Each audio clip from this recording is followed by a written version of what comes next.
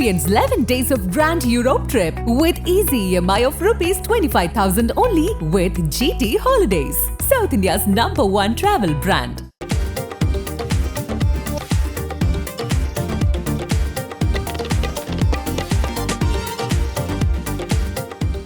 நமக்கு வந்து இந்த எண்ணெய் சட்டிக்கிட்ட வந்தாலே ஒரு பயம் வந்துருது. ஏன்னா நமக்கு ஒரு பயம் இருக்கும், எப்படி நம்மள தெரிச்சிருமான்னு சொல்லிட்டு.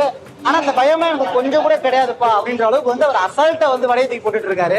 எத்தனை வருஷமா நீங்க 15 வருஷமா இருக்கு. 15 வருஷமா பாத்துறீங்க. நீங்க எப்படி வந்து இந்த வடையெல்லாம் நீங்க போடுறீங்க? ஏன்னா கூட வீட்டு இருக்கு, டக்கு டக்குன்னு போட்டுறீங்க. என்ன காரணம் அது? உங்களுக்கு கொஞ்சம் அந்த பயமா இருக்காது? நிறைய பயமா இருக்கு. இல்ல பழகிடும், ஸ்டார்டிங்ல பயமா தான் இருக்கும். வேலை கத்துக்கணும்னா பழகிடும். அது 5 மணிக்கு வந்து அவங்களுடைய ஒர்க்கை வந்து ரொம்ப பயங்கரமா சுறுசுறுப்பா தீவிரமா பண்ணிட்டு இருக்காங்க.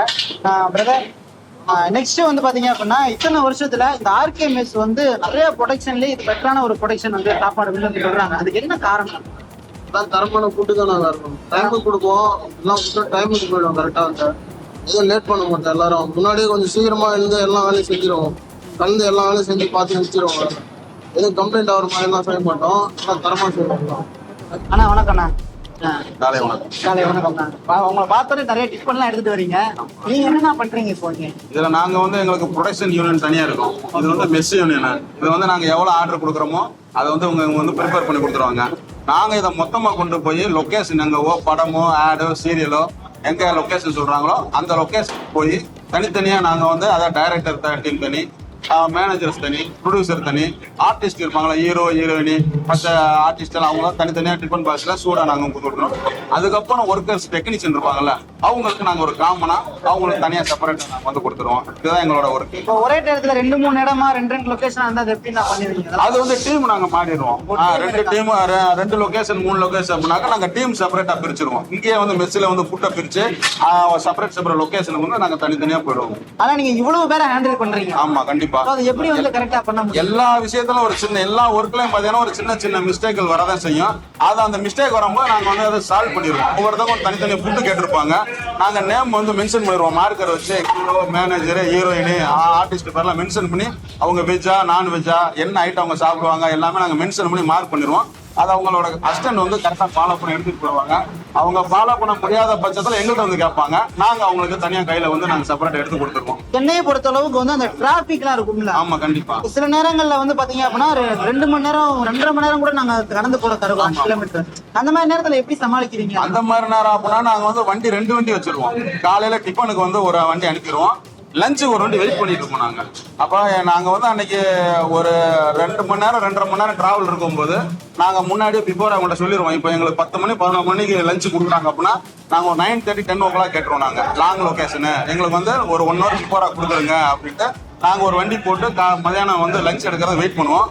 அப்போ டிஃபன் போன வண்டி ரிட்டர்ன் இங்கே வராது. இப்போ நார்மல் லொக்கேஷனா டிஃபன் போக அதே வண்டி ரிட்டர்ன் வரும். இந்த லஞ்சுக்கு தனியாக ஒரு செப்பரேட் வச்சிருவோம். அந்த வண்டியில் நாங்கள் எடுத்து பிஃபோராக கொண்டு போயிடுவோம். நாங்கள் இதுக்கு முன்னாடி ஏதாவது டிலே ஆயிருக்கா? அந்த மாதிரி ஏதாவது ஒரு சில நேரம் டிலே ஆகும். ஏன்னா டிராபிக் வந்து சென்னை பொறுத்தவரைக்கும் டிராபிக் நம்ம கணிக்கவே முடியாது. அப்போ டிலே ஆகும்போது நாங்கள் இன்ஃபார்ம் பண்ணிடுவோம், நாங்கள் வரதுக்கு இவ்வளோ டைம் ஆகும் அப்படிங்கும்போது அந்த லஞ்ச் டயத்தில் அவங்க பசியை போகிறதுக்காக டீ பிஸ்கட்டு அவங்கெல்லாம் கொடுத்து அவங்க பசியை கொஞ்சம் கண்ட்ரோல் பண்ணுவாங்க. நாங்கள் ஒரு 1/2 hour லேட்டாக போயிட்டோம்னா டக்கு டக்குன்னு எங்களோட வேலையை முடிச்சு அவங்களுக்கு வந்து பசியை போட்டுருவோம். இல்லை இதுக்கு முன்னாடி இந்த மாதிரி டிலே பண்ணதில் எதுவும் திட்டிருக்காங்களா? அது நிறைய நடக்கும். எங்களோட ஒர்க்கில் நிறைய நடக்கும். அவங்க டென்ஷன்லாம் எங்கள் மேலே தான் காட்டுவாங்க. ஏன்னா பசியில் இருக்காங்கல்ல. அப்போ நாங்கள் சில பேர் அதை திட்டும் போது ஒரு எமோஷன் ஆவாங்க. நாங்கள் எங்களோட தவறை வந்து நாங்கள் உணர்ந்து நம்மளால தான் லேட்டு, அப்போ நம்ம எமோஷன் ஆகக்கூடாதுன்னு சொல்லி ரொம்ப இறங்கி போவோம். அந்த மாதிரிலாம் நடந்திருக்கு, நிறைய நடந்திருக்கு. எங்களோட ஊருக்கு சாப்பாடு விஷயம் பசி ஆக்குறதில்ல. இல்லை லேட் ஆயிடுச்சுன்னா நிறைய பேர் இப்போ ஃபுட்டு லேட் அப்படின்னாவே டெக்னீஷியன் ஆர்டிஸ்ட் எல்லாம் லேட்டாக சாப்பிடுவாங்க. அவங்க சீன் எடுக்கிறது லேட் ஆகும். அப்போ தப்பு எங்கள் மேலே வருது இல்லை, அதனால அந்த கோவப்பட்ட எங்க மேலே திட்டுவாங்க. நாங்கள் இறங்கி போயிடுவோம். சரி நம்ம மேலே தப்பு அப்படின்னு மன்னிப்பு கேட்டு போயிடுவோம். நாளைக்கு வந்து நாங்கள் வந்து இதை சரி பண்ணிக்கிறோம் சார் அப்படின்னு அந்த நேரத்தில் நாங்கள் இது பண்ணிருக்கோம். அந்த நேரத்தில் நம்மளும் வந்து அவங்க எமோஷனல் ஆகிறானுங்க, நம்மளும் எமோஷன் ஆகலாம் அப்படின்னா அந்த இடத்துல பிரச்சனை ஆகிடும். ஏன்னா நான் எல்லா பேரும் கோவப்படுவாங்க. அந்த இடத்துல நாங்கள் கோவப்பட்டா சாப்பாடு தொழிலில் நீங்கள் இருந்து இவ்வளோ கோவப்படலாமா அப்படின்ற மாதிரி எங்களை கேட்பாங்க. நாங்களும் மனிதர்கள் தானே, எங்களுக்கும் அந்த உணர்வுகள் இருக்க தானே செய்யும். சில பேர் குற்றங்களை வந்து எங்க மேல சுமத்துவாங்க, அவங்க மேல தப்ப வந்து எங்க மேல சுமத்துவாங்க. அப்ப எங்களுக்கு நாங்கள் எமோஷன் ஆகும். சரி வேற வழி இல்லை, சில நேரம் கோவப்பட வேண்டிய விஷயத்துல கோவப்படுவோம். அப்போ வந்து நாங்க கோவப்பட்டோம்னா சில பேர் அட்ஜஸ்ட்மெண்ட் பண்ணிக்குவாங்க. சரி ஓகே நியாயமா கோவப்பட்டோம் அப்படின்ற மாதிரி போவாங்க. சில பேர் என்ன பண்ணுவாங்க, சாப்பாடு தொழில் வந்து சண்டை போட்டான் கோவப்பட்டான் அப்படின்ட்டு நான் அடுத்தது நாங்கள் ஒர்க்கு கூப்பிட மாட்டாங்க, வேற ஒர்க்குக்கு நாங்க போவோம். ஆமா அந்த மாதிரி. இயற்கை சார்ந்த ஏதாவது ஒரு சில விஷயங்கள்னால சாப்பாடு வந்து டிலே ஆகலாம். ஆமா. இல்ல சாப்பாடு டேஸ்ட் மாறதுக்கான வாய்ப்பு இருக்கு. பட் அதுக்கு வந்து அந்த ஷூட்டிங்ல இருக்கக்கூடிய நபர்கள் வந்து உங்ககிட்ட கோவப்படுறாங்கன்னு சொல்லுவாங்க. அவங்களுக்கு நீங்க ஏதாவது சொல்ல நினைச்சா என்ன சொல்றீங்க? மேக்ஸிமம் நாங்க முடிஞ்ச அளவு நினைய விட மாட்டோம், ஒரு டஸ்ட் எல்லாம் படிய விட மாட்டோம். ஏன்னா எல்லாம் சாப்பிட்ற பொருள் நம்மளா தான் சாப்பிடுவோம். எல்லாம் ஹீரோயின்ஸ் டைரக்ட் எல்லாமே சாப்பிட்ற பொருளை வந்து நம்ம வந்து ஒரு அவமதிச்சு நம்ம கொடுக்கறதுக்கு வாய்ப்பு கிடையாது. அதை வந்து நம்ம வந்து பாதுகாப்பா கொடுக்கணும், சுத்தமா கொடுக்கணும் நாங்க விரும்புவோம். அதே மீறி எங்களை எல்லாமே திடீர்னு இயற்கையில் ஒரு மழை வந்ததுன்னா நாங்க கவர் பண்ணுவோம். அந்த நேரத்தில் கவர் பண்ணும்போது எங்களை அறியாம ஏதாவது மழை டிராப்ஸ் ஏதாவது பட்டுச்சுன்னா சாரி கேட்டுப்போம். ஏதாவது இன்னைக்கு வந்து நடந்தது சாரி, நாளைக்கு நாங்க வந்து இது நடக்காம நாங்க பாத்துக்கிறோம் அப்படின்னு நாங்க சொல்லி எக்ஸ்பிளைன் பண்ணி நாங்க. என்னடா அண்ணன் தோசைகள்ல வாசம் தெரிகிறாருன்னு பாக்குறீங்களா? கிடையாதுங்க, இது ஏதோ ஒரு புதுசா ஒரு டிஷ் பண்றாரு. என்ன பண்றாரு நம்ம அவர்கிட்ட கிட்ட தெரிஞ்சுக்கலாம். அண்ணா வணக்கம். என்னண்ணே நான் பாக்கறதே கொஞ்சம் டிஃப்ரெண்டா பண்ணிருக்கீங்க. இது என்னதுண்ணா? இது ரவா தோசை. ஒரு ரவா தோசை. என்ன எப்படி பண்றீங்க இந்த ரவா தோசை? இது வந்து ரவா இருக்கு இல்லையா, ரவா, அரிசி மாவு, உப்பு, நம்ம ஜீரகம், மிளகு எல்லாம் மிக்ஸ் பண்ணி பண்ணுறது. சூப்பர்ண்ணா. அதாவது நீங்க இந்த ரவையில இந்த டைப்ல தான் பண்ணுவீங்களா இல்ல இந்த மாதிரி நிறைய டைப்லாம் இருக்கு? இந்த மாதிரி வேற ஐட்டம்ஸ்லாம் இருக்கு. ரவா தோசை போடலாம், ரவையில வந்து நெய் ரோஸ்ட் போடலாம், இதில் ஆனியன் போட்டு போடணும்னா ஆனியன் ரோஸ்ட் வித்தியாசமா இருக்கு. சூப்பர்ண்ணா. இப்போ ஒரு நேரத்துல எத்தனை தோசை போடுவீங்க ஒரு கல்லுல? இப்போ ரவா தோசை போடணும்னா கல்லுக்கு 15 செட்டு வரும். 15 செட்டு வரும். 15 செட்டுனா 30 பீஸ் வரும். கட் பண்ணணும், இனிமேல் கட் பண்ணணும். இது வெந்ததுக்கப்புறம் கட் பண்ணணும், கோடு கட் பண்ணணும். கட் பண்ணிடுவீங்களா? கேக் மாதிரி கோடு போடணும், கோடு போட்டு லெவலில் கட் பண்ணணும். ஓகேண்ணா. எனக்கு அந்த டவுட் தான் இருந்துச்சு. இவ்வளவு பெருசா ஊத்துறாரு, பெருசா ஒன்னா மடிச்சிருவாரு அப்படின்னு லைட்டா டவுட்டா இருந்துச்சு. நீங்க அட்டவட்டமா ஊத்துனீங்கன்னா இத்தனை எண்ணிக்கலாமா, நீங்க இப்படி வந்து போட்டீங்களா அதான் கேட்டேன். இல்ல, அது நம்ம கணக்கு வச்சு கட் பண்ணணும். கோடு போட்டு கட் பண்ணணும். கட் பண்ணி அது 2 பீஸா எடுத்து கவர்ல வைக்கணும். அவங்க ஆறுனதுக்கப்புறம் எடுத்து கையில் கட்டிக்கணும்.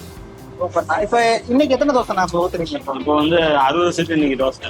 60 செட்டுங்களா? ஆமா, 60 செட்டு. அது ரவா தோசை 60 செட்டு. ஓகேண்ணா. மினிமம் நமக்கு வந்து ரவா தோசை வந்து ஸ்பெஷலுக்காக தான் வரும். ஜென்ரலுக்கு வந்து தோசை தான் வரும், நார்மல் தோசை இல்லையா, அது கல் தோசை தான் வரும்.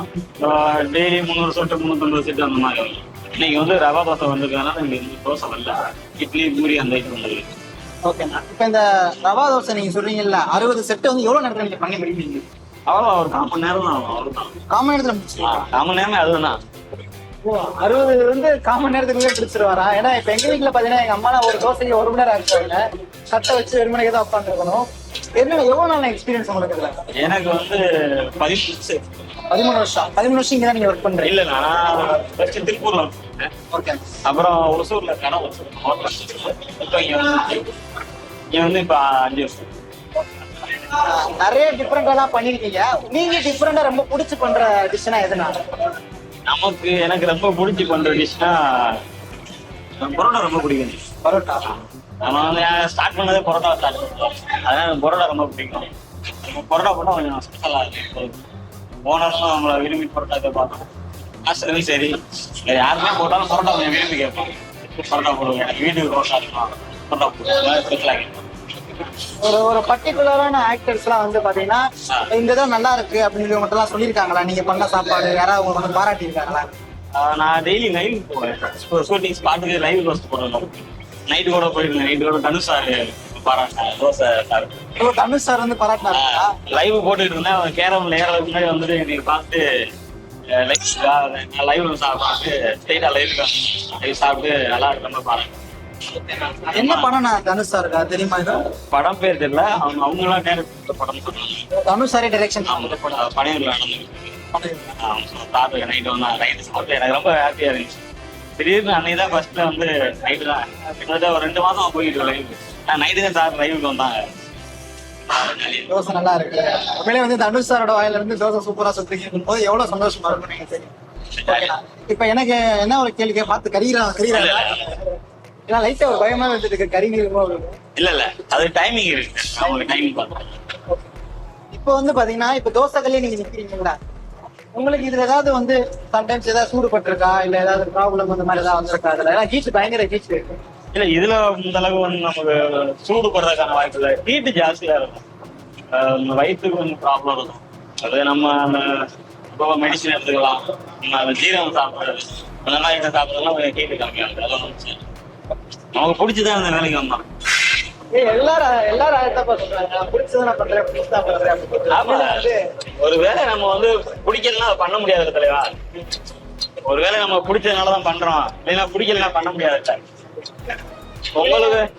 உங்களுக்கு ஒரு வேலை லவ் இருக்கும், அந்த வேலை நீங்க பிடிச்சதுனாலதான் பண்றீங்க. எங்களுக்கு இந்த வேலை இல்லை. வேற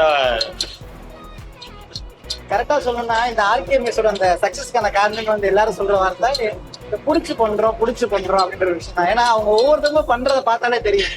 ஏனோ தானோன்றதெல்லாம் இல்லாம அந்த ஒரு தோசை எடுத்து வைக்கிறதோ அந்த மடிக்கிறதே வந்து அவங்க ஒரு விருப்பத்தோட எடுத்து பண்ணிட்டு இருக்காங்க. நான் பூரி போறதெல்லாம் பார்த்தேன், அப்படி ஸ்டைலா வந்து சூப்பர் ஸ்டாரே வந்து சொல்லி கொடுத்த மாதிரி சூப்பரா பூரி எல்லாம் போட்டுட்டு இருக்காங்க. அந்த அளவுக்கான விஷயம் வந்து எல்லாத்தையுமே காரணம் அண்ணன் சொன்ன மாதிரி புடிச்சு பண்றாங்க.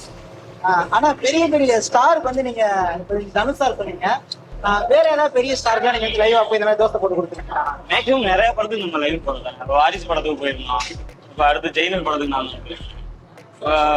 நம்ம மியூசிக் வர மேக்ஸிமம் பெரிய படத்துக்கெல்லாம் நான் லைவ். அங்கெல்லாம் வந்துட்டு பெரிய ஆக்டர் வந்து அவங்க பாராட்டுறீங்களா தனுஷ் சார் மாதிரி? அங்க ஸ்ட்ரைட்டா வந்து பாராட்டினதுல சொல்லியிருக்காங்க, பசங்க சொல்லியிருக்காங்க, பசங்க அவங்க சொல்லியிருக்காங்க. வாரிசு படத்துக்குலாம் நான் லைவ் போயிருந்தேன், இங்க போகணும் ஸ்டுடியோ போயிருந்தேன், அப்புறம் ஈவி போயிருந்தேன். லோக்கல்ல ஃபுல்லா நான் தான் லைவ் போவேன். அப்போ அந்த மாதிரி இடத்துல பசங்க சொல்லுவாங்க, நம்மளோட பசங்க சொல்லுவாங்க.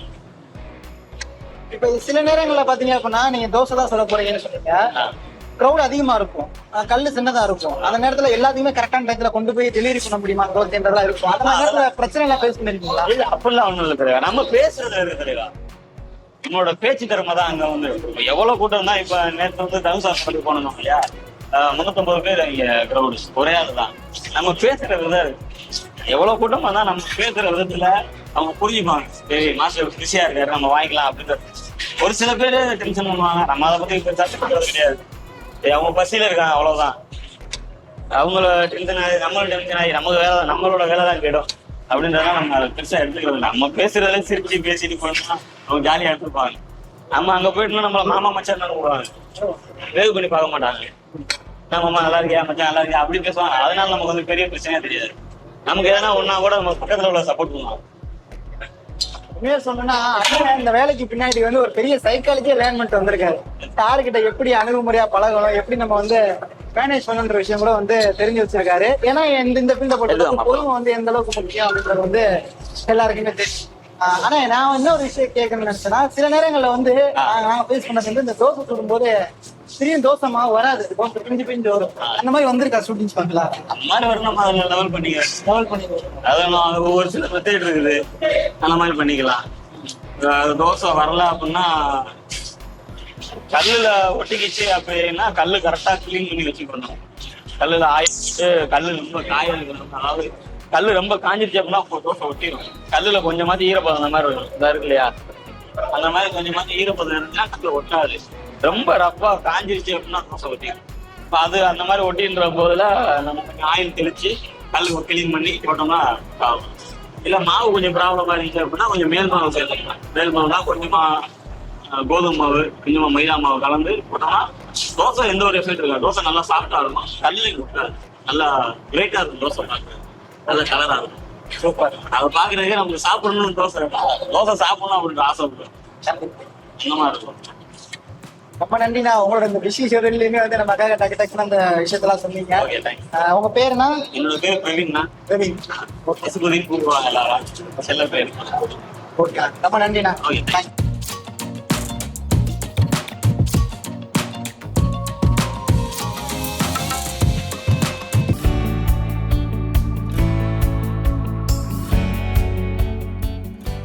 அண்ணா உங்க பேர் என்ன? என் பேர் ராஜேஷ் சேகர். ராஜேஷ் சேகர். எவ்வளவு நாள் நான் இங்க வேலை பாக்குறீங்க? இப்போ ஒரு 6 மாசம் மேல பாக்குறேன். 6 மாசமா பாக்குறீங்க. இப்போ நான் மத்ததெல்லாம் கூட எங்கேயோ பார்த்த மாதிரி இருக்கு, ஆனா இது என்னன்னு தெரியல, இவ்வளவு பெரிய அடுப்பா இருக்குது. என்னன்னு கூட இது என்ன? இது ஆவியில் வேகிறது. ஆவியில் வேணும்னா அடுப்பு வந்து அந்த மாதிரி இருக்கு, அங்க அதான் அடுப்பு. அது மூலியமா ஆவி வந்து இந்த குழா வழியா வரும். இது வழியா வந்து வந்து அடியில வரும், அடியில வரும். இது மூலியம் வேவர். இதை போட்டு கொஞ்சம் ஒரு 1/2 மணி நேரம் ஒரு 1/4 மணி நேரம் ஒரு ஆச்சுன்னா உங்களுக்கு வெந்துடும். வந்து பார்த்தா தெரியும், உங்களுக்கு தெரியும் எதுன்னு. வெந்த உடனே என்ன பண்ணுன்னா இந்த வால்வை க்ளோஸ் பண்ணிட்டு வால்வை க்ளோஸ் பண்ணோம். க்ளோஸ் பண்ணால் லைன் வராது, கட் ஆயிரும். கீழே ஒரு வால்வை இருக்கும், அதை திறந்தோம்னா தண்ணியெல்லாம் வடிஞ்சிடும். சாப்பாடு தண்ணி வடிஞ்சிடும். வடிஞ்ச பாடு இந்த லாக் சொல்லுவாங்க. லாக் எடுத்துட்டு இந்த மூணு ஆஃப் மட்டும் ஒரு அடுக்க வச்சு சாப்பிட்டோம்னா சாப்பாடு. ஒரு நேரத்துல இது எவ்வளவு எத்தனை பேருக்கு நான் சமைக்கிறாங்க? இது வந்து எவ்வளவு கரெக்டாக 50 கிலோ 20 கிலோ போடுறேன். 20 கிலோ 150 பேர் 160 பேர் சாப்பிடுறாங்க. 25 கிலோனா இந்த ஒரு மூடை அரிசி. ஒரு மூட்டை ஒரு சிப்பன்னு சொல்லுவோம். ஒரு சிப்பனா 25 கிலோ வருது, 26 வரும். அதை உடைச்சோம்னா 120 பேர் சாப்பிடலாம். அதாவது இது ஒரு தடவை நம்ம பண்றதுல 120 பேர். 120 பேர் சாப்பிடலாம். இப்ப இன்னைக்கு சாப்பாடு எவ்வளவு பேருக்கு ஆக்குறீங்க? இன்னைக்கு வந்து 900 பேருக்கு. 900 பேருக்கு. 900 பேருக்குனா கிட்டத்தட்ட இன்னும் 2-3 தடவை வடிக்கிற மாதிரி வரும். இன்னும் எவ்வளவு கேட்டீங்கன்னா 170 கிலோ பண்ணும். 170 கிலோ கேஜ். 120 கேஜி. இதுக்கு வந்து 20 தான் பிடிக்கும், 20-50 தான் பிடிக்கும். மாத்தி போட்டியே கொண்டுதான். தண்ணி வந்து ஒரு 4 சிப்பம் போட்டு 4 இது போட்டோம்னா தண்ணி வட்டி காலி ஆயிரும். தண்ணி காலி ஆச்சு என்ன பண்ணா உங்களுக்கு மேல இந்த கணக்கு வருது. இந்த ஸ்டீம் ஃபுல்லா போட்டுட்டு உங்களுக்கு ஒரு காப்பு எடுத்து விட்டோம்னா தண்ணி உள்ளே இறங்கும். அது தண்ணி இல்லாம வரக்கூடாது, தண்ணி இருந்துட்டே இருக்கணும். எங்களுக்கு இதை பத்தி தெரியல. இந்த மாதிரி சமைச்சு சாப்பிடுறது ஹெல்த்தியா இல்ல நம்ம அடுப்புல சமைச்சு சாப்பிடுறது அது வந்து ஆரோக்கியமானதா? இந்த ஆரோக்கியமான கேட்டீங்கன்னா இதுனால ஆரோக்கியம். எதுனாலன்னா ஏன்னா உங்களுக்கு ஆவில் வேவரும். எந்த ஆயில் எல்லாம் வந்து எந்த இதுவும் கிடையாது. அடுப்பு பக்கம் இருக்குது. இப்ப இட்லி எப்படி ஆவில் வேவுதுல, இட்லி வேவுது இல்ல, அதே மெத்தட் தான் இது வந்து அடுப்பு ஒரு தனியா இருக்கும். அது மூலியமா தண்ணி கொதிச்சு அந்த கொதிக்க தண்ணி வந்து ஆவியா வருது பைப் வரும் வந்து பாத்தீங்கன்னா இது உள்ள அப்படி வருது. ஆனா வந்து நல்ல உடம்பு நல்லது அவ்வளவு. ஓகே. இப்ப இவ்வளவு பெருசா இருக்குல்ல, இதை பாக்குறதுக்கே கொஞ்சம் பயமா இருக்கு. ஒருவேளை வடிக்கிறப்ப கை கால எல்லாம் பட்டிருக்கா அந்த மாதிரி இல்ல? சில சமயத்துல அது வந்து நம்ம வந்து கரெக்டா நம்ம வந்து எப்படி பண்ணணும், நம்ம கரெக்டா வந்து லாக் எடுத்து சாக்கணும். இப்படி லாக் எடுக்காம நம்ம வந்து அள்ளி போட்டோம்னா திருப்பி சாக்கும்போது மறந்து வரக்கூடாது. நம்ம மேல கொட்டிக்கும். அதே போல கீழே வந்து தண்ணி படிக்க பார்க்கணும். தண்ணி ஃபுல்லா ஃபில்டர் ஆயிரும். அந்த டைம்ல தான் உங்களுக்கு வந்து சாப்பிட கொட்டலாம் ரெடி ஆகிடும்.